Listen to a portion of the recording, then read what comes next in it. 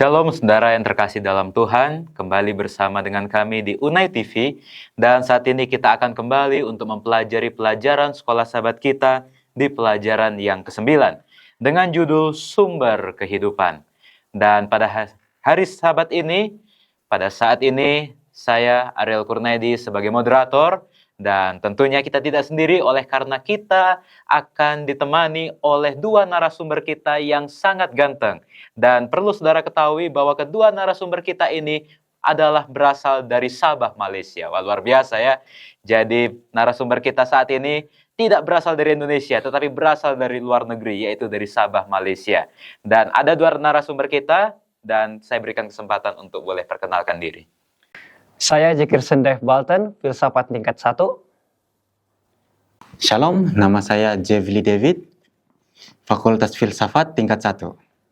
Baik, dan Jefferson beserta dengan Jeffrey akan menemani kita di pelajaran sekolah sahabat kita untuk boleh membahas lebih lanjut apa yang dimaksud dengan sumber kehidupan.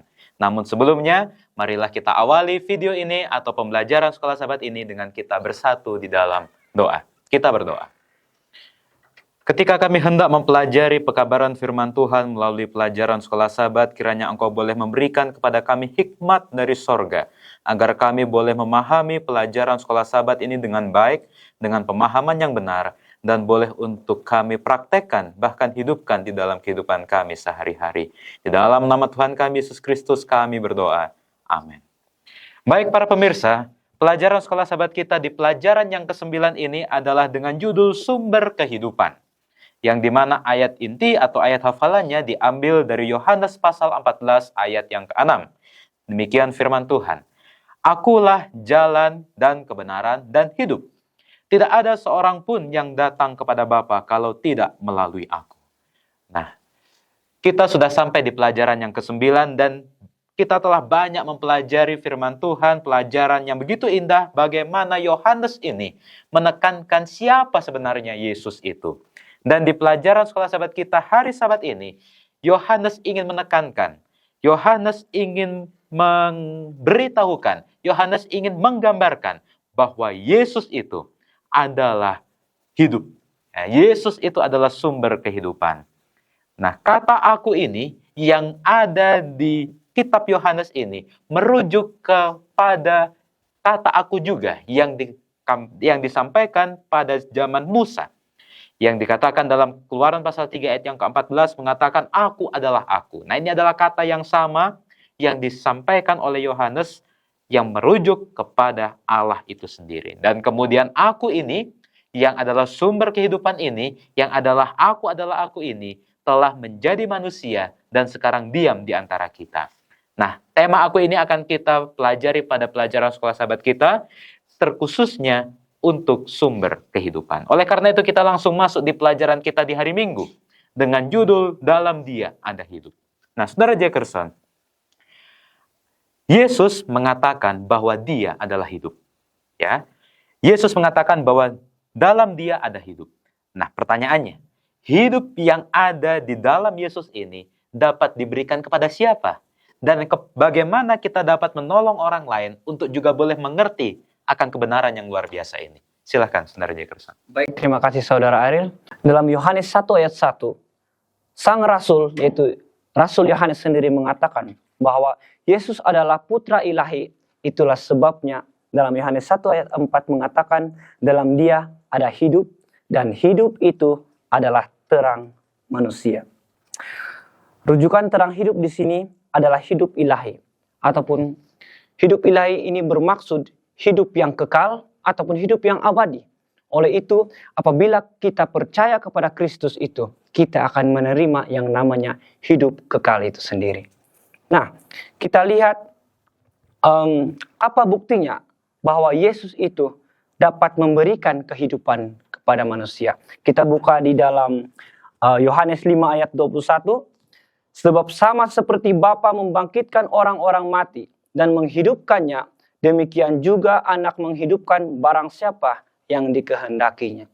Dengan jelas ayat ini mengatakan anak itu ataupun Yesus itu sendiri dapat memberi kehidupan kepada siapa yang dikehendakinya. Nah, bagaimana pula kita dapat membuat orang lain melihat kabar kebenaran yang luar biasa ini. Kita dapat memperlihatkan kebenaran yang luar biasa ini kepada orang lain dengan cara di dalam Yohanes 1 ayat 18, dengan melihat karakter Yesus, kita dapat melihat karakter Bapa. Jadi di sini apa yang saya coba sampaikan adalah kita harus menerapkan karakter Tuhan di dalam kehidupan kita. Dengan menerapkan karakter Tuhan, secara tidak langsung orang-orang di sekitar kita akan melihat kebenaran Kristus yang ada di dalam hidup kita. Baik, terima kasih. Jadi itu juga sudah menjawab pertanyaan pertama di hari Jumat ya. Jadi yang harus kita lakukan adalah percaya kepada Allah, karena ketika kita percaya kepada Allah maka kita akan memperoleh hidup.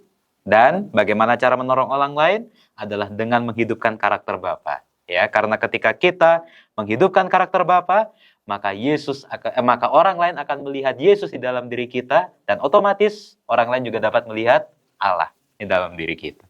Baik. Kita masuk di pelajaran yang berikutnya, pelajaran hari Senin, yaitu perkataan hidup yang kekal. Jadi tadi sudah dijelaskan dari Minggu bahwa hidup yang dimaksud itu adalah hidup yang kekal. Ya, dan pertanyaan di hari Senin adalah bagaimana kehidupan kita di dunia sekarang ini, apa yang harus kita lakukan supaya kita bisa memperoleh hidup yang kekal itu. Silahkan Saudara Jeffrey. Baik, terima kasih Saudara Ariel. Berbicara kepada hidup yang kekal ini, ya,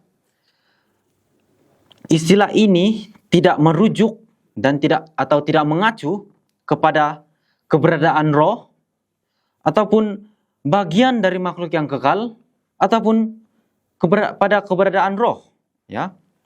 Tetapi istilah ini merujuk pada kuasa yang memberi hidup dan membawa keselamatan kepada kita. Nah, bagaimana untuk mendapatkan hidup yang kekal ini? Ya. Di dalam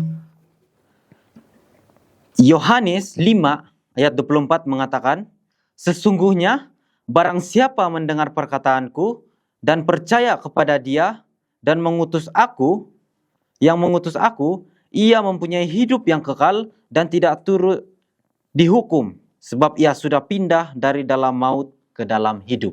Nah, untuk memperoleh hidup yang kekal ini, kita perlu percaya dan menyerahkan diri kita sepenuhnya kepada perkataan Yesus.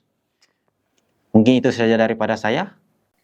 Baik, terima kasih. Jadi, untuk memperoleh hidup yang kekal, intinya kita harus percaya dan menyerahkan kehidupan kita kepada Yesus. Baik, pemirsa, pembelajaran kita saat ini sudah semakin merujuk kepada inti dari pelajaran ini ya. Bagaimana supaya kita dapat memperoleh hidup yang kekal itu. Baik, pelajaran yang berikutnya, Saudara Jack. Percaya dan kelahiran baru. Ya, tadi sudah dijelaskan oleh Saudara Jeffrey bahwa untuk memperoleh hidup yang kekal itu adalah percaya dan menyerahkan diri kepada Yesus.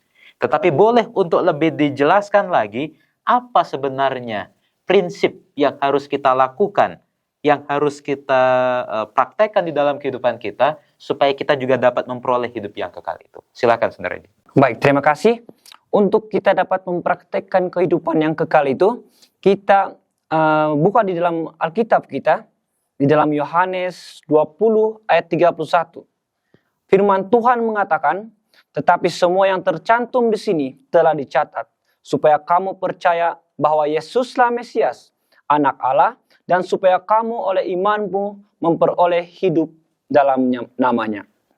Berarti untuk memperoleh keselamatan itu, kita harus percaya kepada Yesus.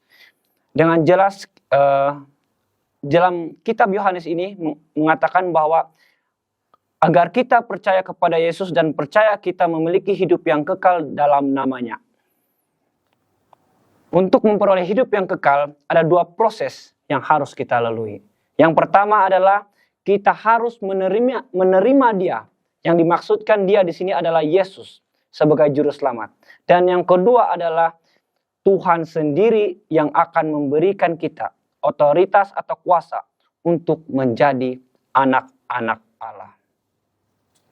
Oleh itu kita harus bertindak di dalam kepercayaan, menerima Dia, dan secara terbuka pada terang yang Dia sampaikan kepada kita. Mereka yang percaya atau menerima Anak sebagai Mesias, menerima hidup yang kekal.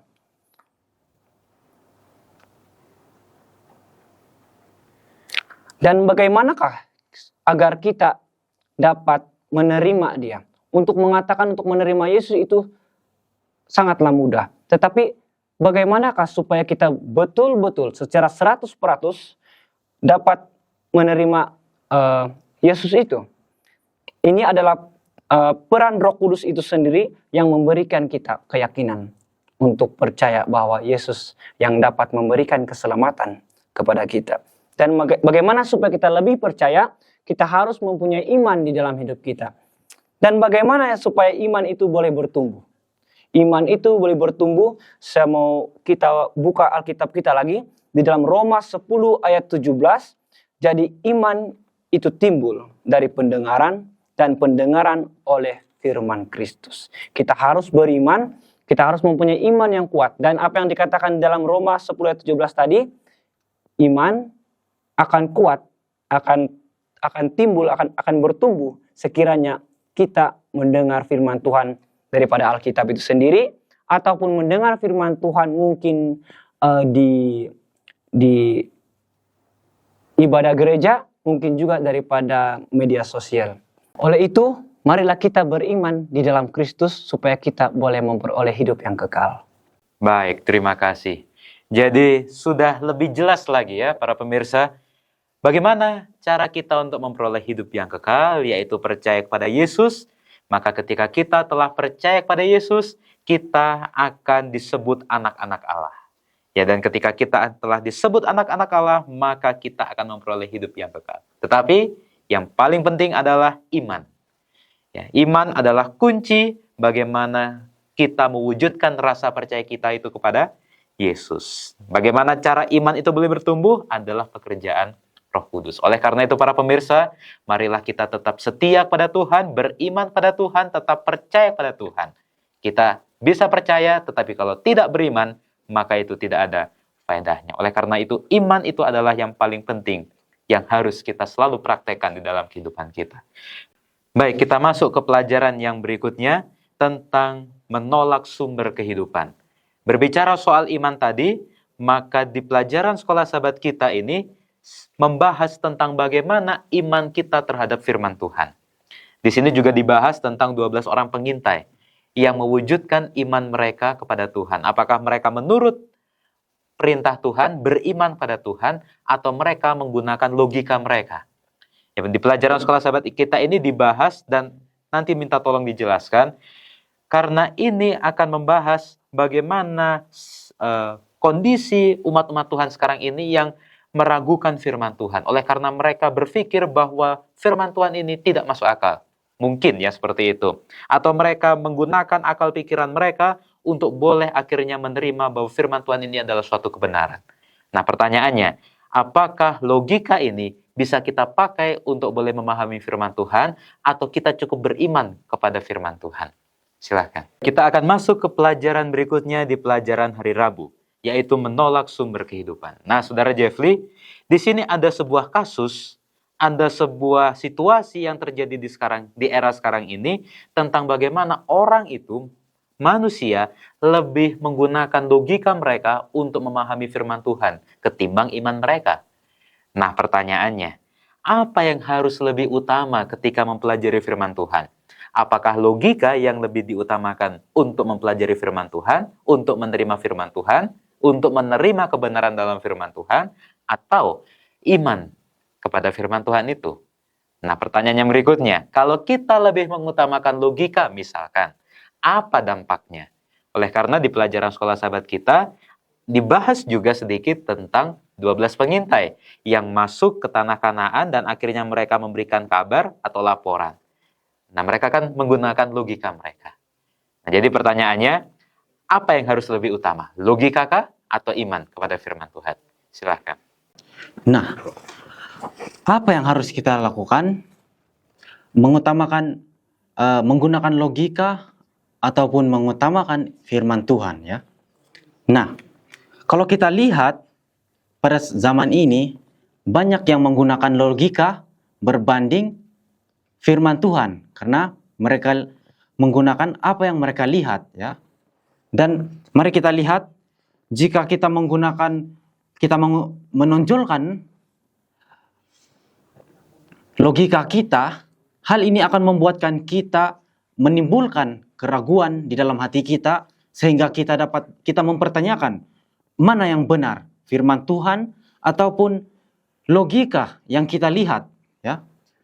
Dan ini juga sama seperti yang berlaku pada ke-12 orang yang dikirim oleh Musa itu, ya. Selepas mereka kembali ke tanah Kanaan, mereka mengabarkan apa yang mereka lihat, dan hal itu membuatkan mereka ragu ketika mereka melihat semua yang ada di tanah Kanaan itu, ya.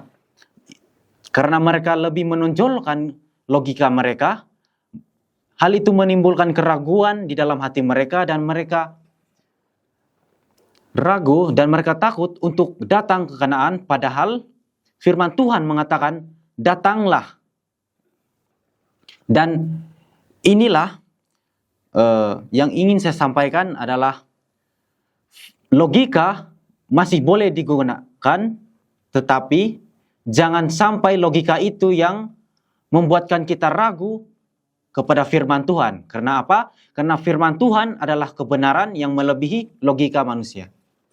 Baik, terima kasih. Jadi sudah dijelaskan ya bahwa logika itu harus digunakan untuk mempelajari firman Tuhan. Karena tanpa logika kita tidak akan dapat memahami firman Tuhan. Tetapi jangan gunakan logika itu sebagai yang utama, sebagai yang paling menonjol ketimbang iman kita kepada firman Tuhan. Kalau logika yang lebih diutamakan, logika yang lebih dipakai ketika kita menerima firman Tuhan, maka itulah yang terjadi kepada bangsa Israel. Akhirnya mereka harus berputar-putar 40 tahun baru mereka akhirnya sampai di tanah Kanaan. Dan itu juga sudah membahas dan menjawab pertanyaan nomor 3 di pelajaran hari Jumat. Baik, kita masuk ke pelajaran hari Kamis tentang penghukuman. Nah, ini agak berat ya pembahasannya, yaitu tentang penghukuman. Nah, Saudara Jack, siapa yang akan dihukum ini? Pertanyaannya. Dan bagaimana caranya supaya kita kita terlepas dari hukuman itu? Silahkan, Saudara Jack. Baik, terima kasih. Untuk menjawab pertanyaan tadi, siapa yang akan dihukum? Mari kita buka di Alkitab kita, di dalam 1 Yohanes 3 ayat 18. Firman Tuhan mengatakan, barang siapa percaya kepadanya, ia tidak akan dihukum. Barang siapa tidak percaya, ia telah berada di bawah hukuman, sebab ia tidak percaya dalam nama Anak Tunggal Allah. Berarti di sana yang dihukum adalah yang tidak percaya kepada Tuhan. Nah,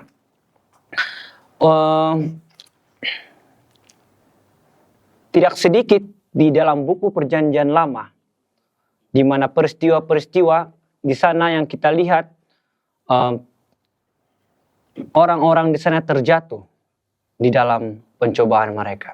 Nah, apa yang sebenarnya membuatkan mereka terjatuh di dalam pencobaan mereka? Kita boleh lihat peristiwa di mana Adam dan Hawa, di mana dia dicobai dengan tipu muslihat Satan, dia terjatuh dan akhirnya memakan buah pengetahuan baik dan jahat itu, sehingga manusia jatuh di dalam dosa. Dan yang kedua, kita melihat bagaimana manusia sebelum air bah, mereka tidak percaya kepada Tuhan, mereka tidak percaya kepada pesan yang disampaikan oleh Nuh, sehingga mereka semua binasa. Dan yang ketiga, kita lihat bagaimana yang dikatakan Saudara Ariel dan Jebli tadi, orang Israel di Kades Barnea, di mana sudah daripada 12 suku Israel itu, 2 orang menyampaikan kabar positif, menyampaikan kabar kebergantungan mereka kepada Tuhan, dan mereka yakin dapat mengalahkan bangsa yang di sana. Namun apa yang terjadi? Oleh karena mereka mengandalkan pikiran mereka, mengandalkan apa yang mereka lihat, mereka akhirnya jatuh dalam pencobaan tersebut Dan apa dampak daripada semua itu? Mereka terpaksa mengelilingi padang gurun selama 40 hari. Nah, apa yang membuat mereka terjatuh itu? Kita lihat di sini, penolakan terhadap Yesus Kristus, terang dunia, membuat kita terbuka terhadap keraguan dan godaan setan. Ini berarti itu akan membuatkan kita yang daripada terang berpaling kepada kegelapan. Maksudnya, apabila kita menolak Kristus di dalam kehidupan kita atau meragui Kristus, kita akan cenderung jatuh di dalam pencobaan. Oleh itu, marilah kita lihat bagaimana contoh Yesus dahulu yang berjalan 40 hari 40 malam menerima 3 pencobaan daripada setan. Namun dia tetap berhasil. Karena apa? Dia tetap mengandalkan Bapaknya. Dia tetap mengandalkan Allah Bapa, sehingga dia berhasil di dalam menghadapi setiap pencobaan yang berlaku. Oleh itu, marilah kita mencontohi Kristus di dalam kehidupan kita, supaya kita tidak jatuh dan dihukum oleh Allah. Baik, terima kasih Saudara Jack. Jadi sudah dijelaskan, yang dihukum adalah yang tidak percaya kepada Yesus. Dan juga sudah ada banyak contoh di dalam Alkitab, bagaimana orang yang memilih keputusan yang salah oleh karena menolak Yesus, dan bagaimana Yesus memberikan teladan untuk memilih keputusan yang tepat dengan tetap menerima Yesus, menerima Tuhan. Dan itu juga sudah membahas dan juga menjawab pertanyaan di hari Jumat, pertanyaan yang kedua. Nah, jadi pelajaran sekolah sahabat kita pada hari Sabat ini sangat indah, sangat kompleks tentang bagaimana kita memperoleh hidup, dan bagaimana kita percaya kepada Yesus, percaya kepada firman-Nya, dan ketika kita tetap percaya kepada Allah, maka kita tidak akan dihukum. Tetapi ketika kita menolak Allah, kita akan jatuh ke dalam hukuman itu. Dengan berbagai hukumannya ya, kalau Adam dan Hawa jatuh ke dalam dosa. Manusia yang berada dalam sebelum air bah, akhirnya mereka mati binasa. Orang Israel di Kades Barnea, mereka akhirnya harus menerima hukuman yang begitu panjang. Oleh karena itu, pilihan ada di tangan kita. Apakah kita menerima Yesus atau menolak Yesus? Apakah kita percaya pada Yesus atau kita mengabaikan akan apa yang Yesus telah perintahkan? Baik, untuk mengakhiri akan pelajaran sekolah sahabat kita akan simpulkan yang akan dibawakan oleh Saudara Jeffrey. Oke, baik. Sumber kehidupan. Nah, siapa sumber kehidupan kita ini, saudara? Sumber kehidupan kita adalah Yesus Kristus. Dan bagaimana untuk mendapatkan sumber kehidupan ini adalah kita haruslah tetap percaya kepada Yesus. Dan kita menyerahkan diri kita untuk berpegang teguh kepada ajaran Yesus dan menguatkan percaya kepada melalui iman kita kepada Yesus. Baik, jadi itu adalah kesimpulan yang sangat singkat dan padat tetapi jelas. Bahwa kita harus tetap percaya kepada Yesus, menyerahkan kehidupan kita kepada Yesus, dan tetap beriman kepada Yesus. Karena Yesus adalah sumber kehidupan.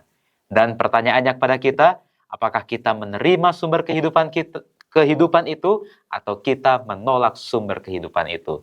Karena ketika kita menerima sumber kehidupan, maka hidup kekal itu ada di tangan kita. Dan kita akan bersama-sama dengan Tuhan masuk ke dalam kerajaan sorga.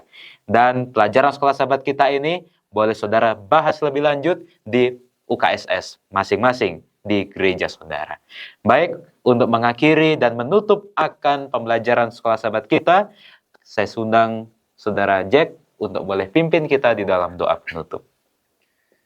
Mari kita berdoa. Bapa kami yang bertakhta di dalam kerajaan sorga, Maha besar Engkau Tuhan yang berkuasa, yang kami puji dan kami sembah.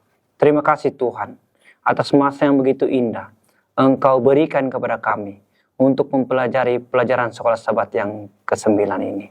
Di mana kami belajar di dalam sekolah sahabat ini Tuhan, bahwa Yesuslah sumber kehidupan. Dan melalui Yesuslah kami dapat menerima keselamatan yang kekal.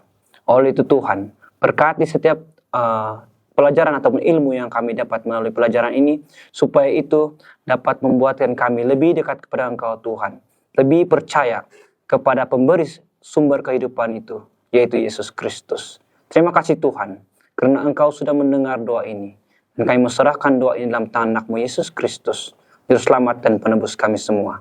Amin. Demikianlah pelajaran Sekolah Sahabat kita pada hari Sabat ini. Tetap nantikan pembelajaran Sekolah Sahabat yang berikutnya di Unai TV. Kami dari studio mengucapkan terima kasih. Selamat mempelajari Sekolah Sahabat Anda. Tuhan Yesus memberkati.